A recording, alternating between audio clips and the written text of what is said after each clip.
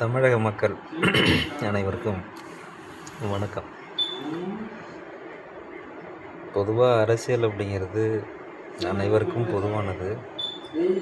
அதில் வாக்கு செலுத்தினவங்க, வாக்கு செலுத்தாதவங்க தமிழக ஆட்சி கழகத்திற்கு அனைவருக்கும் நன்றி. ஏன்னா மக்களாகிய நீங்கள் உங்கள் தொகுதிக்கு யார் சிறந்தவர், யார் சிறப்பான முறையில் மக்கள் பணி செய்யக்கூடியவர் என்று நீங்கள் ஆலோசித்து வாக்களித்திருப்பீர்கள். அதுதான் நடந்தது. இது நாள் வரை நீங்கள் வாக்களித்தீர்கள். இருந்தால் அண்ணா திராவிட முன்னேற்ற கழகம், இல்லை என்றால் திராவிட முன்னேற்ற கழகம். யார் எவ்வளவு பணம் கொடுத்தாலும் சரி, பொருள் கொடுத்தாலும் சரி, எது கொடுத்தாலும் வாங்கிக் கொள்வீர்கள். இந்த 2 கட்சிக்கு தான் வாக்கு செலுத்துவீங்க. அது காலங்காலமாக நடைமுறையில் உள்ளது.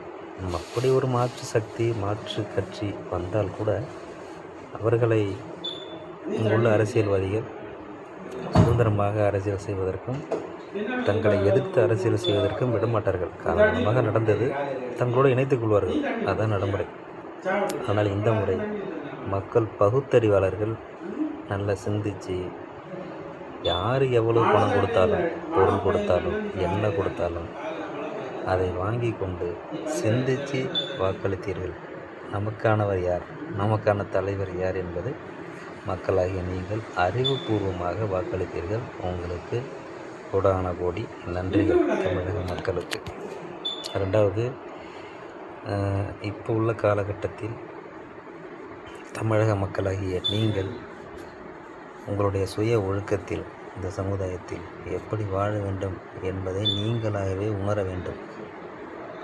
ஒவ்வொருத்தருக்கும் தனித்தனியாக பாதுகாப்பு என்பது வழங்க முடியாது. எந்த அரசு அமைந்தாலும் உங்களுடைய அடிப்படை தேவைகள், உங்கள் தொகுதியில் என்னென்ன பிரச்சனைகள், அதை தீர்ப்பதற்குண்டான என்ன வழிகள் அப்படின்னு பொதுவான பிரச்சனைகளை சரி செய்யலாம். ஆனால் வீணான, தன்னால் தனக்குத்தானே ஏற்படக்கூடிய சமுதாயத்தில் உள்ள பிரச்சனைகளை அல்லது மற்றவர்களால் போதைக்கு அடிமையாகி மது பழக்கத்தினாலோ சமுதாய சீர்கேட்டிற்கு மாறாக உள்ள சில பழக்க வழக்கங்களுக்கு ஆளாகி இந்த சமுதாயத்தில் பல பிரச்சனைகள் நடக்கும். முடிந்தவரை தன்னுடைய அதிகாரத்தில் உள்ள சட்டத்துறையை பயன்படுத்தி கட்டுப்படுத்துவதற்குண்டான வழிகளை தமிழக முதலமைச்சராக வர இருக்கக்கூடிய திரு விஜய் அவர்கள் கண்டிப்பாக அதை செய்வார். மக்களை பாதுகாப்பதற்குண்டான அரசு அமைச்சரவைகள் நிச்சயமாக அமைப்பார்.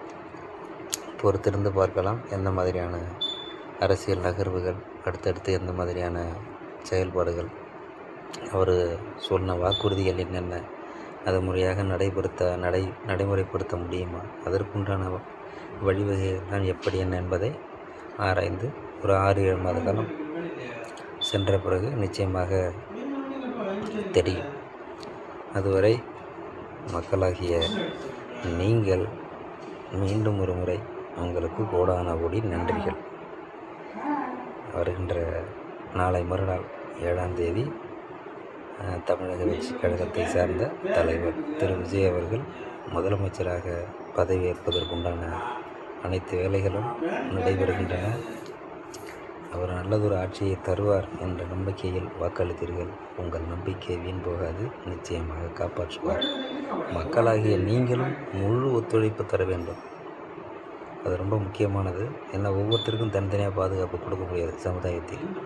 முதலில் நாம் இந்த சமுதாயத்தில் சுய ஒழுக்கத்தோடு வாழ்வதற்குண்டான வழிமுறைகளை, நடைமுறைகளை பின்பற்ற வேண்டும். ஆகையால் நிச்சயமாக நல்லதொரு அமைச்சரவை அமையும்.